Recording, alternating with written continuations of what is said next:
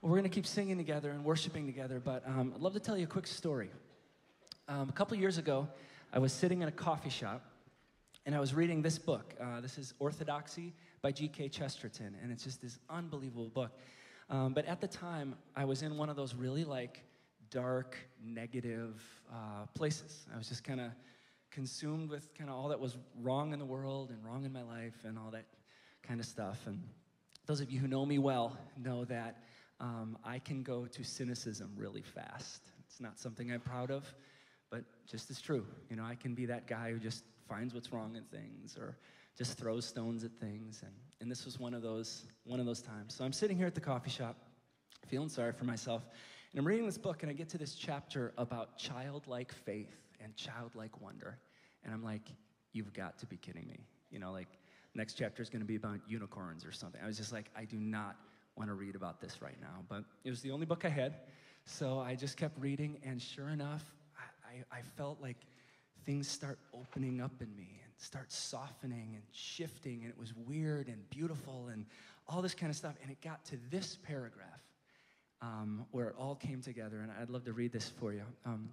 He's talking about childlike faith, and the writer just says, okay, the thing I mean can be seen, for instance, in children when they find some game or joke that they specially enjoy. A child kicks his legs rhythmically through excess, not absence of life. Because children have abounding vitality, because they are in spirit fierce and free. Therefore, they want things repeated and unchanged. They always say, do it again. And the grown-up person does it again until he is nearly dead. For grown-up people are not strong enough to exult in monotony. But perhaps God is strong enough to exult in monotony. It is possible that God says every morning, do it again to the sun. And every evening, do it again to the moon. It may not be automatic necessity that makes all daisies alike. It may be that God makes every daisy separately, but has never got tired of making them. It may be that he has the eternal appetite of infancy. For we have sinned and grown old, and our Father is younger than we. For we have sinned and grown old, and our Father is younger than we. And I'm telling you, that messed me up. I mean, I was sitting there trying not to look at anybody around me, trying not to lose my composure in this coffee shop. And I just kept thinking, you know, how far I have fallen from who I was made to be.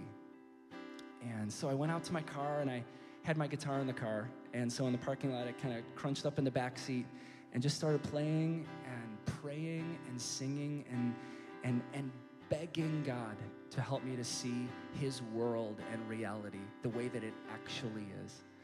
So we'd love to sing the song for you, and I'll just sing the first few lines and then invite you to sing with us. Any of you recovering cynics who need to just pray, God, please open my eyes. Please help me to see your world the way you made it. So it's very simple. It just says, this world is enchanted. It goes like this. This world is enchanted.